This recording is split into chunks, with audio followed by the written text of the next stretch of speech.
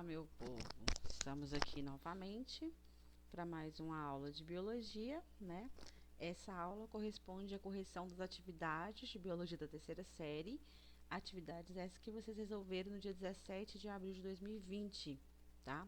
Essas atividades correspondem aí ao sistema endócrino, ok? Então vamos lá? Primeira coisa, tá? Vamos entender aqui que o sistema endócrino, né, ele é formado aí pelas glândulas endócrinas. Vamos relembrar o que é uma glândula endócrina? Primeiro, vamos relembrar o que são glândulas, né?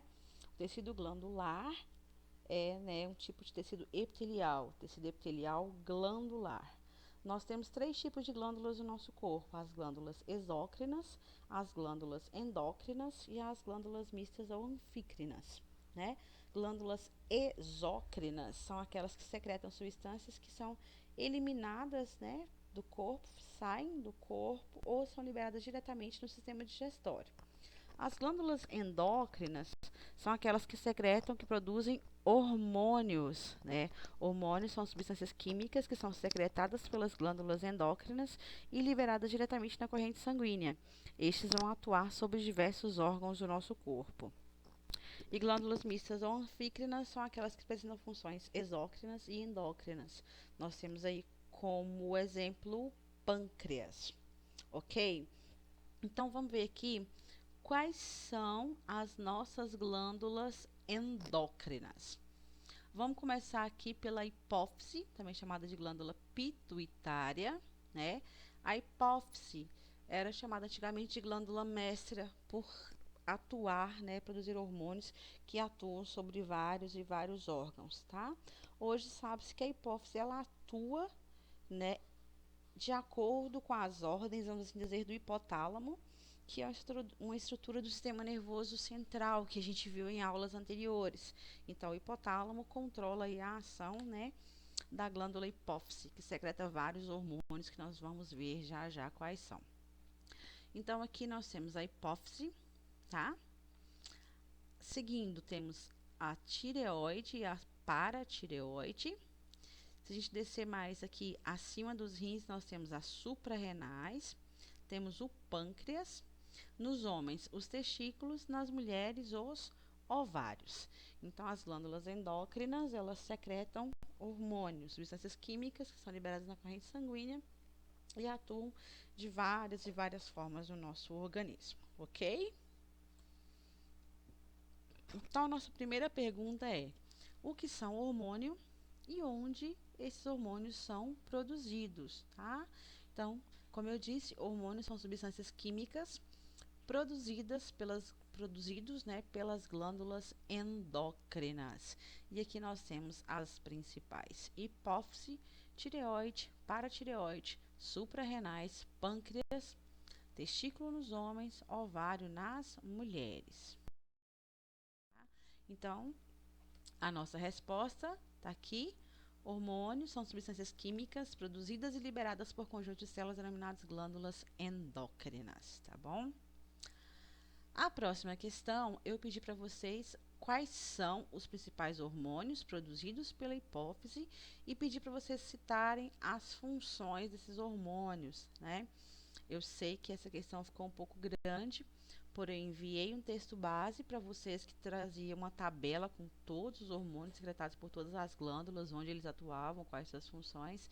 Enviei o link de uma videoaula, tá? Então não tinha dificuldade nenhuma. Para responder essa questão aqui, eu selecionei um pedacinho da tabela que fala só sobre a hipófise. Vamos lá? Então tá aqui, ó.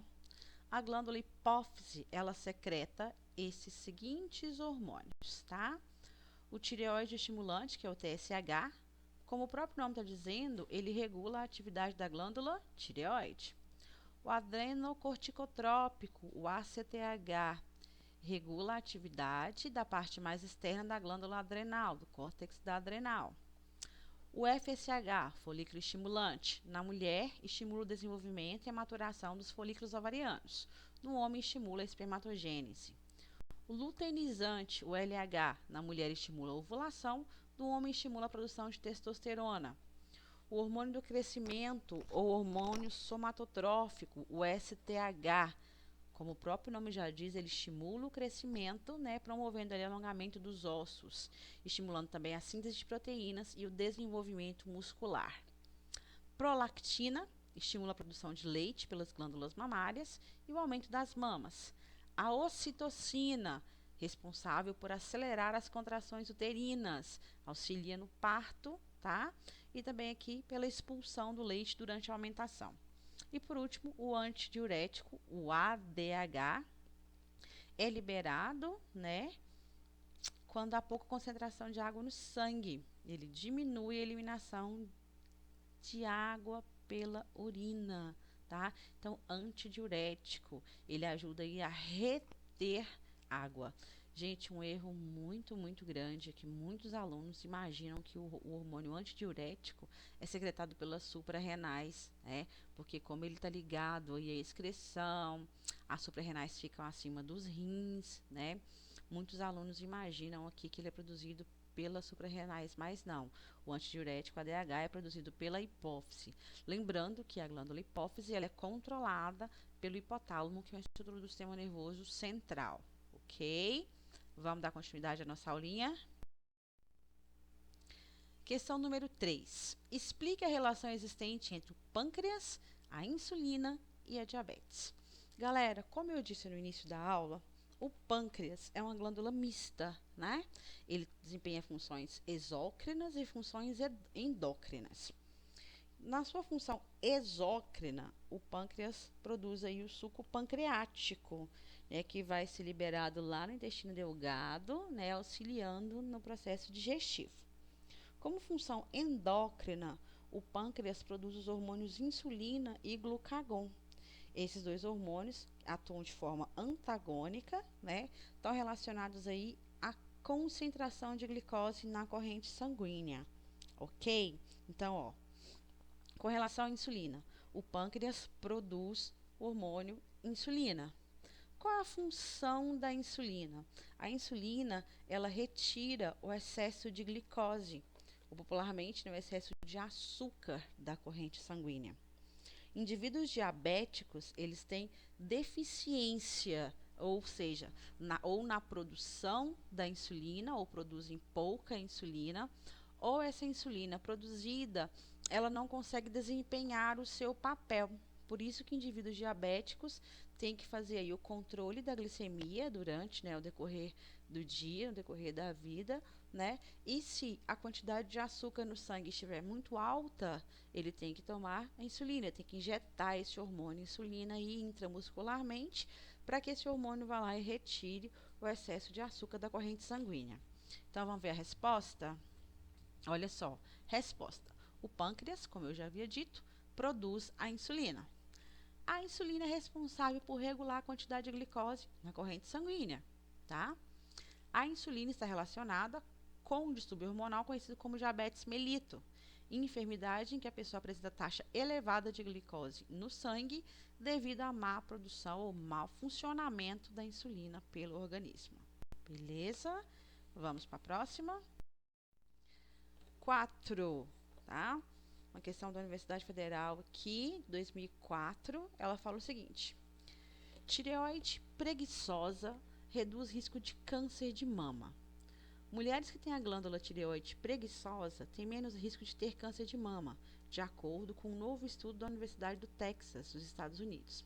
A tireoide é uma glândula que fica na parte anterior do pescoço e ajuda a regular, entre outras coisas, os batimentos cardíacos, o metabolismo e o humor. O estudo sugere que a subfunção dessa glândula, conhecida como hipotireoidismo, retarda o desenvolvimento do câncer, quando ele já existe. Para outros pesquisadores, no entanto, o assunto ainda é controverso.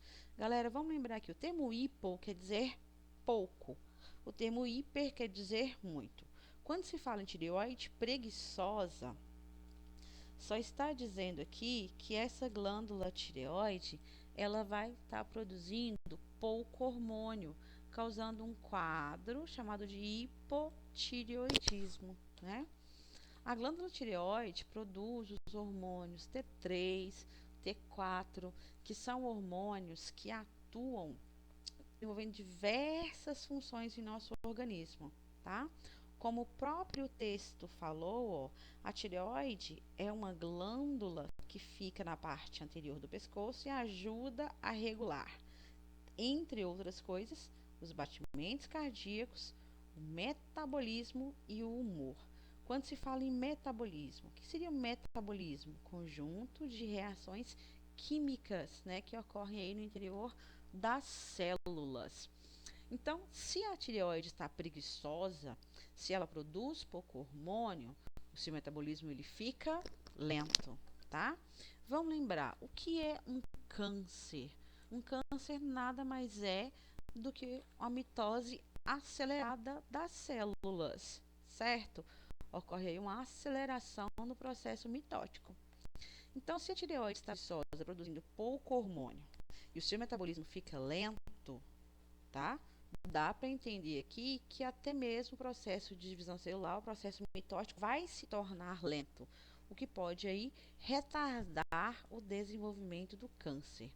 Lembrando que isso aqui foi um estudo, né, publicado aqui em 2003. Essa questão é a questão de 2004, ok? Vamos para a pergunta? Bom, dando seguimento aqui, vamos lá. Analisando a notícia veiculada e utilizando o conhecimento de biologia, responda as perguntas abaixo. Letra A. Que relação pode ser encontrada entre o hipotireoidismo e a velocidade de disseminação de um câncer? Como eu disse, o termo hipotireoidismo, né, está relacionado aqui à baixa produção hormonal da glândula tireoide. E como eu disse também, né, os hormônios produzidos pela tireoide, dentre outras funções desempenhadas, eles controlam o nosso metabolismo. Então, se a glândula produz pouco hormônio, o nosso metabolismo fica lento, né, o que pode ocasionar aí numa lentidão também no processo de divisão mitótica. Lembrando que o câncer nada mais é do que um processo acelerado, uma aceleração na mitose, né?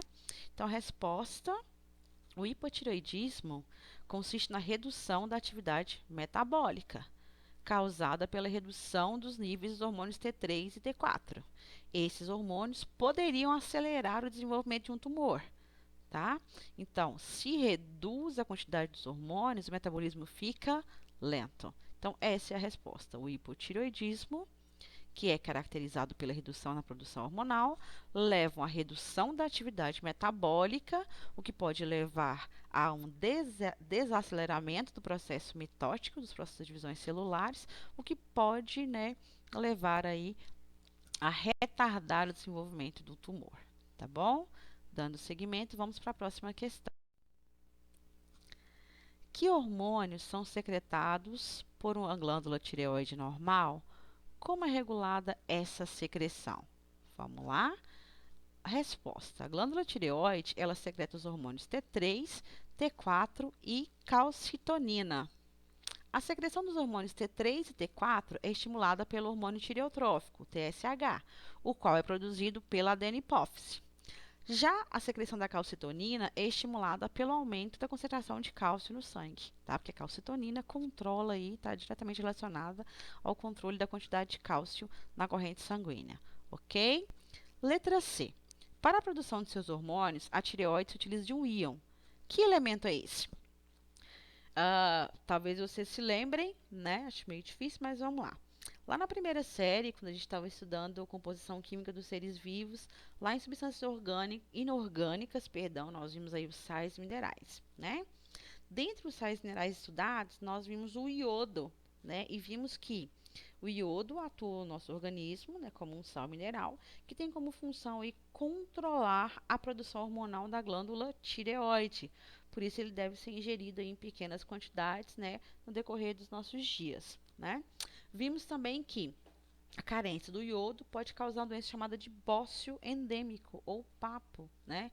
O bócio consiste em uma hipertrofia, no aumento da glândula tireoide devido à carência de iodo. Então, qual sal mineral que controla a produção hormonal da tireoide? O iodo, tá? Então, a resposta, iodo. Continuando aqui. Bom, continuando aqui, só para finalizar nossa aula mesmo, eu trouxe aqui duas imagens, né? Trazendo aqui a questão do bócio, tá? Aqui uma foto de uma senhora com um bócio, né? Olha aqui a hipertrofia, o aumento da glândula tireoide. E aqui uma ilustração mostrando uma tireoide saudável e uma glândula tireoide hipertrofiada devido ao bócio. Então, o bócio é causado pela carência e uma deficiência, né? Na ingestão de iodo.